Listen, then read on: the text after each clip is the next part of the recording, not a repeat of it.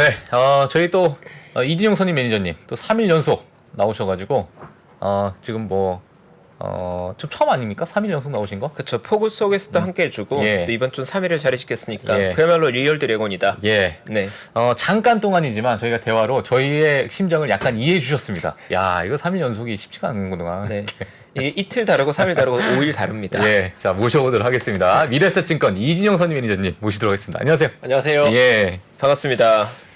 고생 많으신 것 같아요. 제가 10년 전에 예. 대치동에서 근무를 했었기 때문에 예. 그 2011년에도 똑같은 상황이 대치역에서 발생을 했었는데 지금 체포업계에서 예. 얼마나 고생이 많으실지 제가 이해를 합니다. 저희 장우석 부사장님은 2년째. 2년째 매일 3부에 또 나오시니까 그 부분에 비하면 뭐 저희는 이제 시작이죠 뭐. 그러니까요. 예. 자 오늘 미국 증시부터 먼저 가도록 하겠습니다. 네, 어제 미국 증시도 약세로 마감을 했습니다. 예. 시작하면서 필라델피아 반도체 지수가 4% 이상 하락하면서 나스닥의 하락세를 이제 부추겼고요. 예. 중간에 이제 러시아의 원유 공급 뉴스가 또 터지면서 인플레이션 우려가 부각되고 시장에 계속해서 약세를 흘렀고요. 예. 이후에 이제 저가 매수세 유입되면서 낙폭을 조금 축소하면서 마감을 했습니다.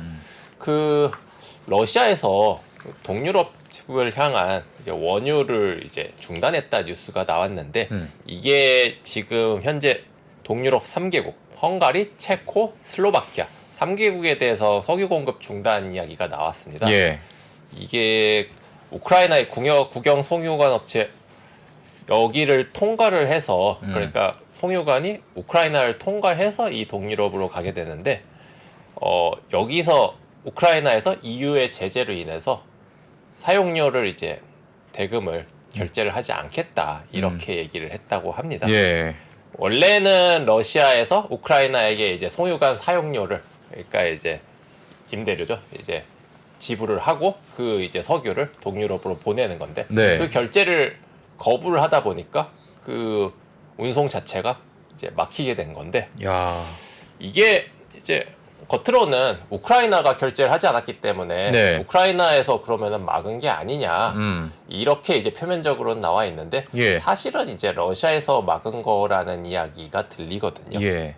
그러니까 원래 이 동유럽을 향한 이 송유관은 우크라이나를 통하는 송유관은 예전에 구소련 시절에 구 동맹국들 이제 바르샤바 조약 기구의 동맹국들에게 이제 석유를 공급하기 위해 만들어졌던 네. 파이프라인인데 이제 기존에는 계속해서 이제 공급을 하고 있었지만 서유럽과 마찬가지로 지금 독일에서는 이미 이제 가스를 이제 줄이고 있잖아요. 네. 그것처럼 동유럽 쪽에도 슬슬 이제 압박을 가하기 위한 전초전이 아니겠느냐 이런 이야기가 나오고 있습니다. 좋지 않은 그런 뉴스인데. 좋은 뉴스는 아니네요. 예. 뭐 계속해서 우려하는 거는 결국 겨울이 다가올수록 이런 에너지 안보에 대한 문제가 계속해서 불거질 수 있다는 부분 이런 게 이제 계속해서 뉴스가 점점 나올 가능성에 대해서는 염두를 해야 될 것 같고요. 예, 알겠습니다. 다행히도 국제유가가 중간에 장중에 급등을 했지만은 이란 핵 협상에 대해서 다시 진전이 있다라는 뉴스가 나오면서 다시 하락 전환하면서 마감을 했습니다. WTI 원유는 현재 90.5달러 계속해서 이제 90달러대를 유지를 하고 있습니다. 87불까지 좀 내려갔다가 다시 좀 올라가는.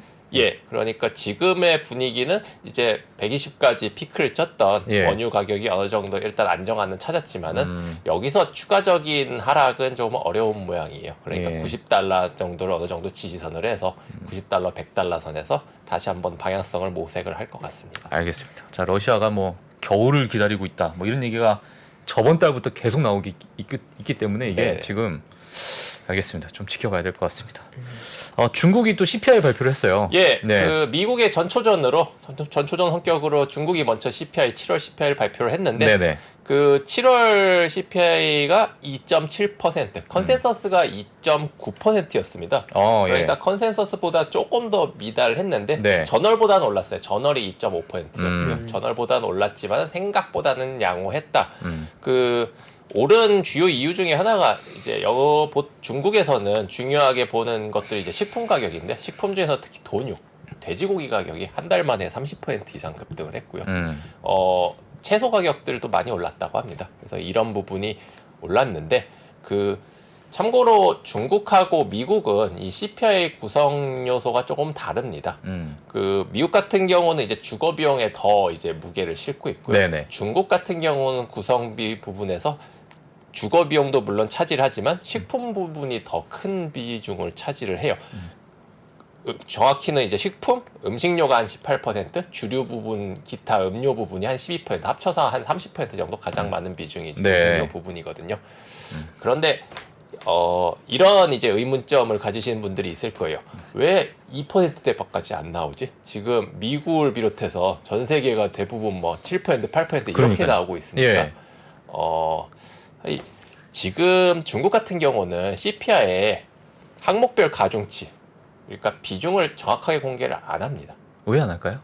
이게 사실은 2011년도 이후에는 예. 공개를 안 하고 있고요. 등락률만 공개를 해요. 그 항목별로 몇 퍼센트가 올랐다, 떨어졌다. 근데 비중이 뭐가 높고 낮은지는 모르고요. 예. 사실은 추정만 하고 있습니다. 추정만? 요게 요 정도 될 것이다라고 하고 있고,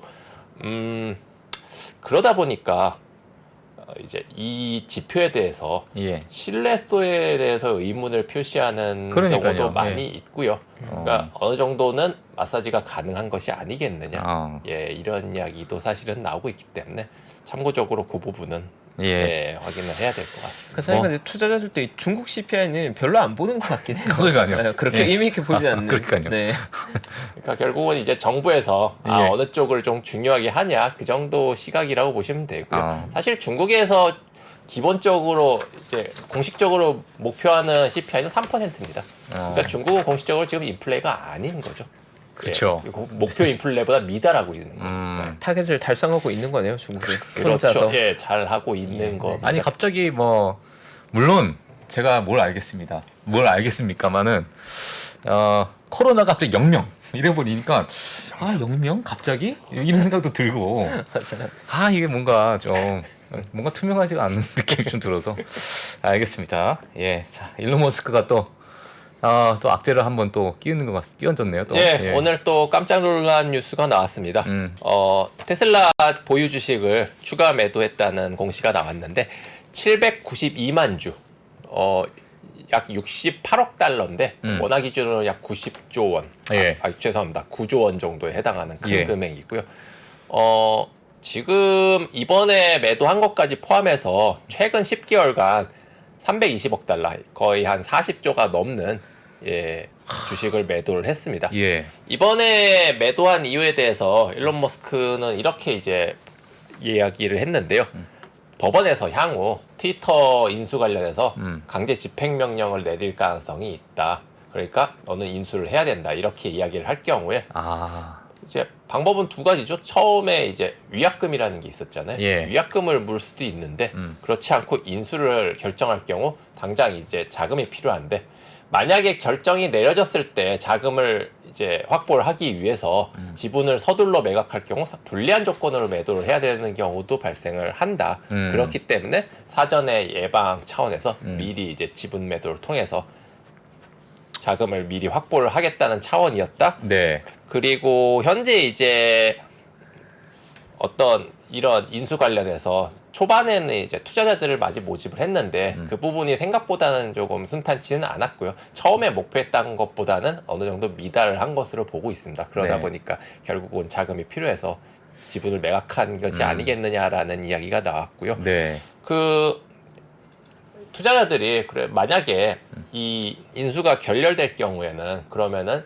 재매수를 다시 하겠느냐라고 물어봤는데 네. 그럴 것이라고 이야기를 했습니다. 그래서 사실 원론적인 얘기라면은 대주주의 지분 매도는 어쨌든 주식에는 악재입니다. 예. 어떤 이유에든 간에 악재이기 때문에 심리적으로는 이제 악재이긴 한데 네.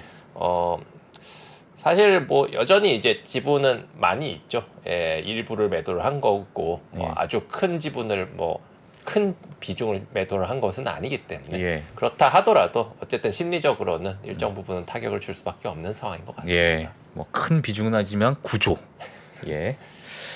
알겠습니다. 일단은 뭐 인수 가격을 이제 또 가지고 있는 건데 이게 사실 그 추후에 뭐 트위터 외에 예를 들어서 인수할 필요가 없는 상황이 벌어질 수도 있잖아요. 그렇죠. 예. 하여튼 근데 이제 뭐 인수를 하겠다, 다시 이제 재매수를 하겠다라고 이제 의견을 냈고, 네. 아니면 뭐 다른 쪽으로 또 예전에 어떤 일론 머스크의 어떤 행보를 봤을 때 그 다음 사업에 대한 어떤 투자 이런 것들도 많이 있었잖아요. 예전에 그렇죠. 뭐 페이팔 때도 마찬가지고. 맞아요. 예. 뭐 그런 쪽에서 어떤 의견은 없었나요? 시장에서? 뭐 결국은 이 자원이 네. 다른 쪽으로 쓰일 것이 아니겠느냐. 음. 뭐 말을 또 바꿀 수도 있는 부분이기 때문에 예. 말씀하신 것처럼 예. 중요한 거는 다만 만약에 이게 단기적으로 현재 주가가 더 오를 것이라고 생각을 했으면 이렇게 서둘러 매도를 했겠느냐 이런 약간 의구심이 더 있는 의구심도 상황인 있고. 거죠. 그러니까 지금 본인도 어느 정도 지금이 단기 고점일 가능성이 있기 때문에 매도한 것이 아니겠느냐.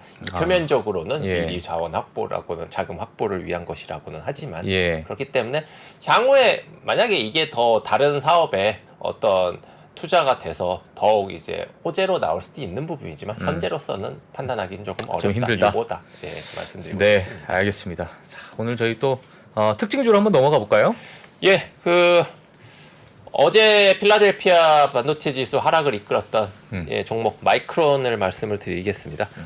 어제 하락으로 인해서 오늘 국내장에서도 반도체 관련주들이 이제 하락세가 나왔었는데요. 네. 3.74% 하락해서 59.15달러 마감을 했고요. 반도체 지수 관련 종목들이 모두 큰 폭의 하락이 있었습니다. ASML도 5.4%, 엔비디아가 약 4%, 램리서치도 약 7.8%, 어플라이드 머티리얼이 7%대 예. 큰 하락이 있었는데요. 이게 4분기 가이던스를 이제 하향을 했습니다. 뭐 다들 아시다시피 반도체 업황은 현재 썩 좋지는 않은 상황인데 네. 거기에서 추가적으로 이제 삭감을 했다는 부분 이제 투자자들이 사실 기대하고 있는 거는 지금 안 좋은 건 알아. 그렇기 때문에 오히려 저가 매수의 기회다라고 보는 투자자들이 이제 매수 관점에 있는 건데 네네. 그것을 이제 아직 때가 아니다라고 보여줄 수 있는 사건인 거죠. 더 추가적인 가이던스 하향이라는 게. 예. 기존의 매출 가이던스를 하단 부분 혹은 그 이하로 나올 수 있을 것이다라고 이제 미리 이야기를 했고요. 추가적인 캐패스 조정이 있을 것이다. 그러니까 이제 투자 삭감이 계속해서 있을 것인데 사실은 이런 팹 업체들, 반도체 이제 업체들의 예. 캐펙스 삭감이 마이크로뿐만이 아니라 다른 업체들도 이제 줄줄이 이어지고 있는 상황입니다. 인텔도 기존에 270억 달러에서 230억 달러로 이제 낮춘 바가 있고요. 예. TSMC나 삼성전자 같은 업체도 뭐 시장 상황에 따라서 이제 유연하게 이제 조절을 할 것이다 이렇게 얘기했는데 현재의 시장 상황은 이쪽도 결국은 더 예상치보다 낮추지 않겠느냐. 네. 시장 상황 그렇게 얘기가 되고 있고요. 예. 결국은 하반기에 메모리 반도체 부분이 특히나 예상보다 더 안 좋은 거 아니냐. 재고 부분이라든지. 예. 그렇기 때문에 이번 이제 가이던스 하향이 예. 조금 투자 심리적으로 상당히 좀 악영향을 미쳤고요. 네. 긍정적인 부분이라면은 연말에 더 빠르게 재고 조정이 이루어질 수 있다면은 우리가 이제 기대하는 업황 개선 시점이 이제 조금 더 빨리 다가올 수 있다. 그러니까 미리 빠지고 미리 올라가겠다. 더 네. 빨리 올라갈 수 있다라는 부분. 사실은 내년 상반기까지 계속해서 업황 자체는 하향으로 보고 있는 상황인데요. 조금 더 빠르게 이런 이제 재고 부분을 소진하고 이제 투자 부분을 삭감을 한다는 게 나중에 조금 더 빠른 반등으로 나올 수도 있을 것이다. 예. 그 부분이 그나마 일말의 희망적인 부분이라고 볼 수 있을 것 같고요.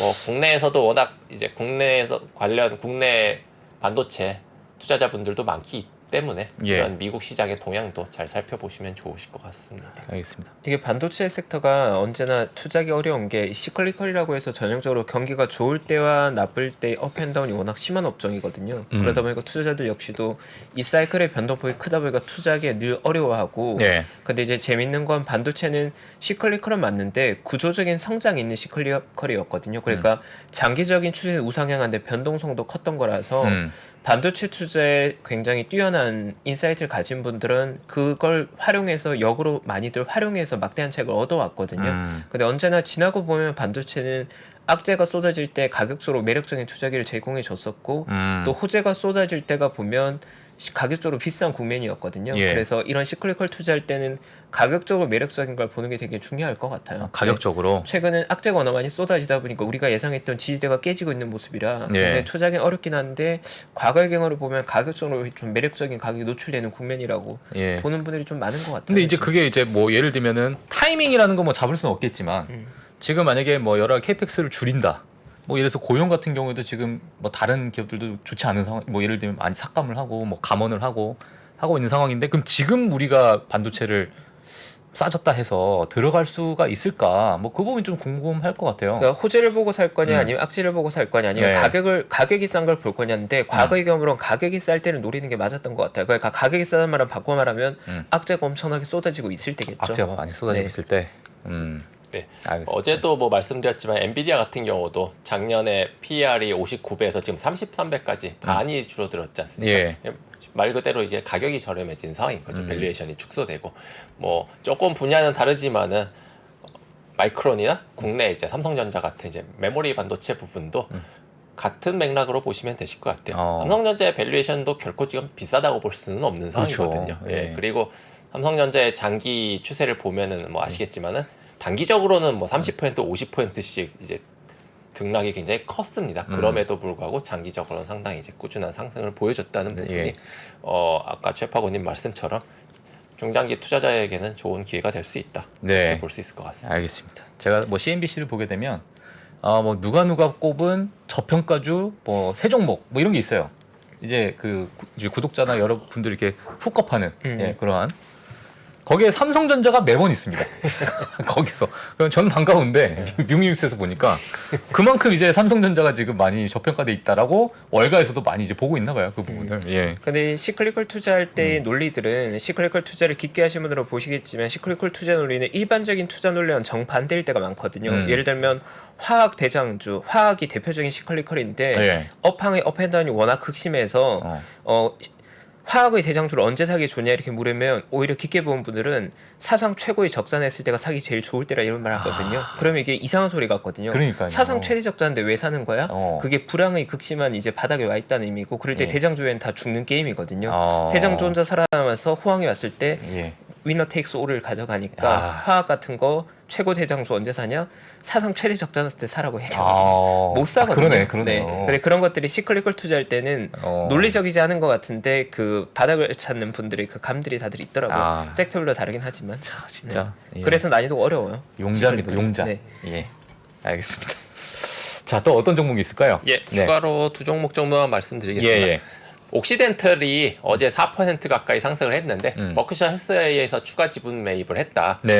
3억 9천만 달러. 이제 버크셔에서 지분이 20%가 넘어갔습니다.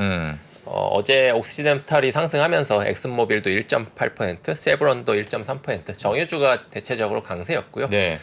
결국은 버핏 같은 경우는 옥시덴탈을 계속해서 매수를 할 것이다. 이게 참 저도 최근에 사실 유가가 좀 떨어지고 있는 상황이어서 조금 의아하긴 했는데 또 워런 버핏이 또 장기적 관점으로 보니까 또 그런가 보다 했거든요. 이거 어떻게 봐야 될까요, 저희가? 120불까지 갔던 유가가 90불대까지 하락하면서 최근에 정유주도 살짝 주춤한 모습이었습니다. 그러다 보니 현재를 이제 버핏은 매수 기회로 본 거고요. 뭐 당연히 이제 장기적 투자 관점이죠. 단타로 들어간 게 아니기 때문에. 뭐 요전에도 몇 차례 말씀드렸지만 버핏 같은 경우는 기본적으로 중장기적으로 원유의 이제 강세를 예상을 하고 있는 것으로 보여지고요. 그러니까 우리가 신재생에너지 이쪽도 계속해서 늘려가고 이제 더 파이가 커지지만은 기본적인 석유 산업도 그렇게 없어지지 않는다. 계속해서 결국 중장기적으로 두 가지 측면이죠. 인플레이션에 대한 해지 그리고 이제 석유화학 제품에 대해서는 기본적으로 강세로 유지를 할 것이다. 이렇게 보는 것 같습니다. 네, 알겠습니다. 사실 오늘 저희가 9시 반에 CPI 발표를 남기고 있습니다. 긴장되는데요. 지금 딱 9시 반이거든요. 많은 분들 아마 지켜보고 계실 것 같아요. 그래서 그거를 저희 이진용 선임 매니저님과 함께 확인을 하고 그 다음에 그 세부적인 내용은 저희 매크로의 대가가 예. 와 계십니다. 여러분 걱정 안 하셔도 됩니다. 예. 오늘 걱정 안 하셔도 됩니다. 끝판왕이 오셨습니다. 매크로의 끝판왕이 와 계십니다. 끝판왕이 오셔가지고 왕이시죠. 왕이십니다. 매크로의 왕이 예. 왕이시니까요. 그래서 CPR 같이 보고 충분히 이야기 나누면 좋을 것 같습니다. 예, 알겠습니다. 네. 자, 그러면은 마지막 종목 저 준비해 주셨는데 요거 간단하게 해주시고 네. 저희 한번 또 확인 한번 해보도록 하겠습니다. 네. 예, 마지막으로 말씀드릴 종목은 로블록스고요. 예, 어제 예. 3% 하락을 해서 47달러 마감했는데 오늘 장 끝나고 실적 발표가 있었거든요. 네네. 장 끝나고 시간 외로 지금 급락 중입니다. 거의 14% 가까이 급락을 하고 있는데 순손실이 조금 더 확대가 됐는데 네네. 순손실이 확대된 부분보다도 사실은 이제 부킹, 그러니까 로블록스 같은 경우는 로벅스라고 하는 이제 가상화폐, 자체적으로 사용하는 가상화폐가 있는데 네. 이 부분에 대한 매출액이 전년 대비 줄었습니다. 사실 로블록스는 대표적인 이제 성장주 중에 하나였기 때문에 매년 이제 30-40% 이상의 이런 로벅스 매출이 상승이 있었는데 이게 처음으로 이제 꺾였다는 부분, 매출액이 이제 상승세가 마이너스로 돌아섰다는 부분이 투심에 상당히 이제 악화를 주었다고 볼 수 있고요. 네. 그리고 이제 일일 활성 사용자 수도 1분기에 5,400만 명에서 5,200만 명으로 200만 명 가까이 줄었습니다. 네. 뭐 다른 이제 우리가 팬데믹 관련주들과 마찬가지로 실제로 아웃도어 활동이 늘어난 부분에 대한 악영향이 아니겠느냐.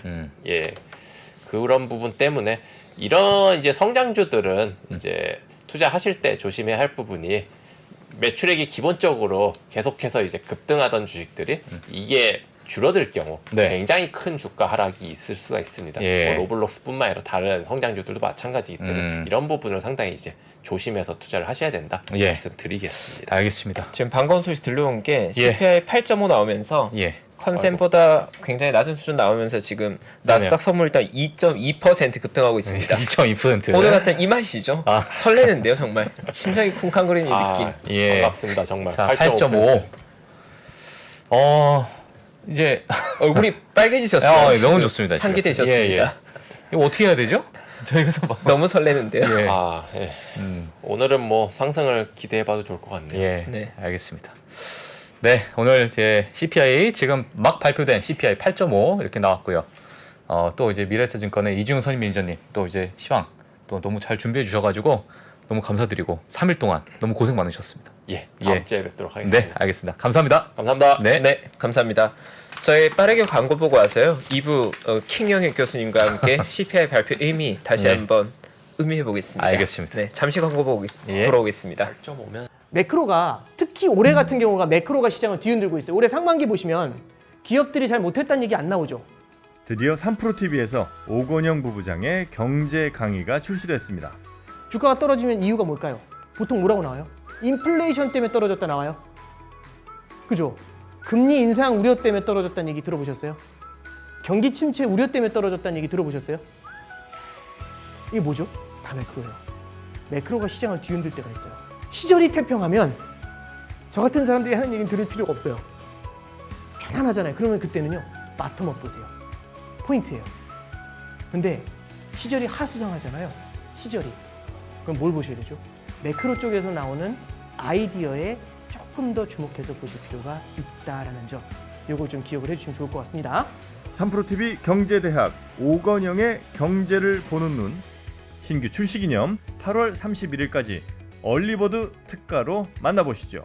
지금 바로 영상 아래 댓글을 확인하십시오.